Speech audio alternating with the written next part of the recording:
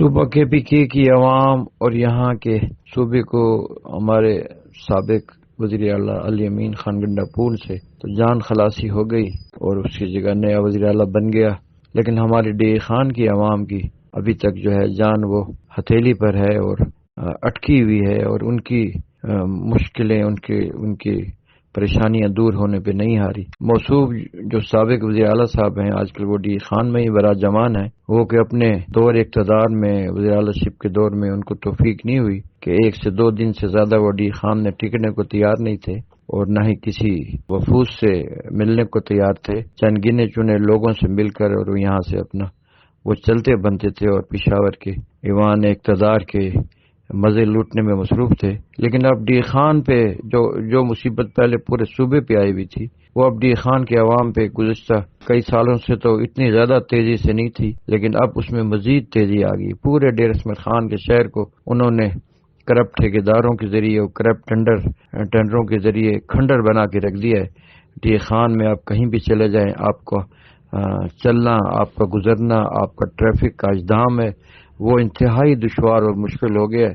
عوام پریشانی کا شکار ہے۔ گریڈ روڈ کی تعمیر کو کئی ماہ گزر گئے ہیں، لیکن اس کی تعمیر مکمل ہونے کو نہیں آ رہی، اور لوگ مٹی سے اور وہاں گرد و غبار سے اور روڈ کی ناہموار سطح سے انتہائی پریشانی کا شکار ہے۔ خاص کر اسکول کالج کے اوقات میں لوگوں کو زیادہ پریشانی کا سامنا کرنا پڑتا ہے۔ اس طرح ٹانک اڈے سے جو 2 مقام پر فلائی اوورز کی تعمیر کا کام شروع کیا گیا، وہ ایسا سمجھے نہ ہونے کے برابر ہے اس کی کام کی رفتار، اور انتہائی سست روی سے وہ کام جو ہے وہ سر انجام دیا جا رہا ہے، اور لوگوں کو وہاں جتنی تکلیف ہے اس کا میں اظہار ان لفظوں میں یا اپنے بیان میں نہیں کر سکتا، لیکن میں حیران ہوں کہ ان کو کبھی توفیق نہیں ہوئی کہ وہاں جا کے دورہ کریں، کیونکہ ان کو کوئی انٹرسٹ نہیں ہے۔ ان کو انٹرسٹ ہے ہمارے عوامی نمائندوں کو اپنی کمیشن سے اور کرپشن سے، جو وہ کر رہے ہیں، کرتے رہے ہیں اور کر رہے ہیں۔ یہی حال ڈیار روڈ کا ہے۔ اس طرح گمبل یونیورسٹی کی میں مثال دوں گا۔ گمبل یونیورسٹی میں انہوں نے کرپٹ لوگوں کو، کرپٹ افسران کو بھرتی کر کے گمبل یونیورسٹی کا اور زرعی یونیورسٹی کا بیڑا غرق کر کے رکھ دیا۔ وہ یونیورسٹی جو کہ پہلے ہی کرائسس کا شکار تھی، جہاں پر کروڑوں روپے کا خسارہ تھا،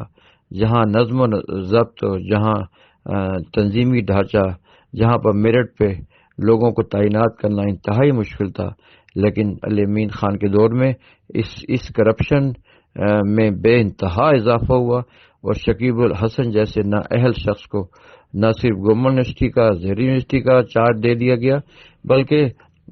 لکی مروت اور سوات کی یونیورسٹیوں کو بھی ان کو جو ہے نا چارج سنبھال کے دے دیا گیا۔ میں حیران ہوں کہ ان کی کون سی خوبی تھی جو ہمارے سابق وزیر اعلیٰ صاحب کو پسند آئی۔ اب ان کی خدا کر کے جو ہے ان سے جان خلاصی ہوئی، لیکن پھر دوبارہ جو ہے زرعی یونیورسٹی کا ان کو وی سی بنا دیا گیا، اور اب یہ موجودہ وائس چانسلر صاحب ہیں ظفر اقبال بلوچ صاحب، انہوں نے ہماری گرتی ہوئی یونیورسٹی کو، جو کہ تقریباً زمین بوس ہو گئی تھی اور اس کی تابوت میں آخر کیل ٹھوکنا جو ہے وہ بس رہ گیا تھا، میرٹ کے اوپر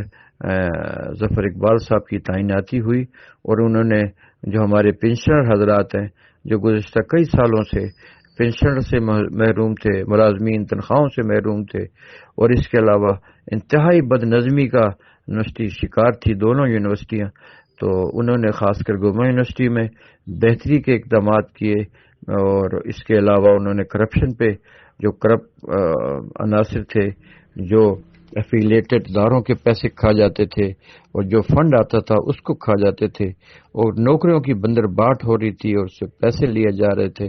تو اس سلسلے کو کسی حد تک کم کیا ہے، اور کافی حد تک یونیورسٹی کے حالات بہتر ہو رہے ہیں۔ لیکن اب ایک مخصوص لابی کے ذریعے سابقہ کرپٹ عناصر جن کو یونیورسٹی سے ہٹایا گیا، یونیورسٹی کے حالات کو دوبارہ خراب کرنے پہ تلے ہوئے ہیں۔ وہاں پر اپنے کرپٹ عناصر اور طلبہ کے ذریعے جو وہاں پر انہوں نے بھرتی کی ہیں، وہاں یونیورسٹی میں مظاہرے کروائے جا رہے ہیں، اور بدامنی کی جان بوجھ کے ایک فضا قائم کرنے کی کوشش کی جا رہی ہے۔ اور اب ایک کمیٹی بنائی گئی ہے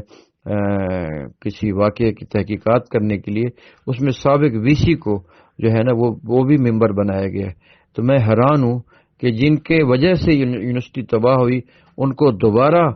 جو ہے نا اس کا ممبر بنانا، اس سے یہ ظاہر ہوتا ہے کہ ایچ ای سی میں بھی کوئی نہ کوئی گڑبڑ ہے، وہاں بھی ایسے کرپٹ عناصر موجود ہیں جو ابھی بھی سابقہ رجیم کی ہیلپ کرنے، ان کی مدد کرنے اور موجودہ وی سی کو ناکام کرنے پہ تلے ہوئے ہیں۔ میں یہاں پر یہ بتانا چاہتا ہوں کہ ڈی خان کی عوام انشاءاللہ ظفر اقبال بلوچ صاحب کے ساتھ ہے، ان کے اقدامات کی تعریف کرتی ہے اور ان کو سراہتی ہے، اور ان کے خلاف کسی قسم کا کوئی اس قسم کا اقدام جس سے یونیورسٹی جو اپنے پاؤں پہ کھڑے ہونے کی کوشش کر رہی ہے ان کو روکا گیا، تو اس کے خلاف ڈی خان کے جتنے بھی برادری ہے، جتنے مختلف حلقے ہیں، اس کے خلاف ایک سیسا پلائی ہوئی دیوار ثابت ہوگی۔